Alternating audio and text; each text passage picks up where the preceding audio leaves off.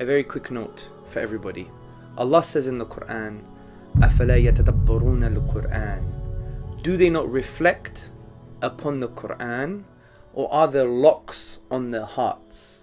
If we reflect upon the verse that tells us to reflect upon the Quran, we may conclude that the more we contemplate, meditate, and discover and analyze and search for the gems in the Quranic verses, the more our hearts will become unlocked to receive the mercy, guidance, and divine love. Because brothers and sisters and friends, the Quran is an ocean, and we must do tadabbur, reflection and pondering upon this book as Allah tells us. And the more we ponder, we take an ayah, we take a verse, and we find out, what does it mean for me? What does Allah want me to do concerning this verse? How does it affect my spiritual and social DNA? How am I supposed to act and live and behave? How am I supposed to be? Meaning, what kind of state should I be in? So I want to encourage all the brothers and sisters and friends to really engage with the Quran from this perspective, because the Quran wants to be engaged with. Because the Quran was sent down for the whole of humanity, and human beings are thinking human beings.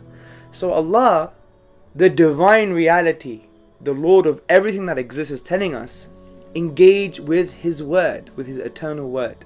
And I believe if we engage with it and we ponder upon it, we can really find solutions for all of life, but particularly our spiritual life and for our moral and ethical lives. And I just want to give you an example. I want you to go to chapter 12 of the Quran. It has become my favorite chapter. But this is the beauty of the Quran. Every time you understand a chapter, that becomes your favorite chapter. So I've done some work concerning the 12th chapter of the Quran, and I find it so fascinating. Even Allah, God says, is the greatest story. So in this greatest story, I want you to read this story and find out, why did Yaqub alayhi salam, why was he suffering and in distress? Well, we know he was suffering and in distress because Yusuf, his beloved son, alayhi salam, Joseph, upon whom be peace, Binyamin, his other little son, was also missing. And he was in distress, where he says in the chapter 12 verse 86, I only complain of my suffering and grief to Allah, and I know from Allah that which you do not know. So from the perspective of a state of being, so say we're depressed sometimes in life and we're really upset, or we don't know where we're going, and we have this kind of existential crisis. Who are we? Whose are we? What are we? Why are we? All these questions we can't really answer properly. We haven't really reflected upon those questions properly, because we all need reminders. So we can be in a state of suffering and grief. So Yusuf alayhi salam, rather Yaqub alayhi salam, the father of Yusuf alayhi salam and Binyamin, he's saying he's suffering and he's in grief. But look at his solution, or look what he does. And he says, I only complain of my suffering and grief to Allah. That's number one. When we go to the next verse, verse 87, he now advises his sons, because he had another 10 sons, to go and find out about Joseph and Binyamin, his brother.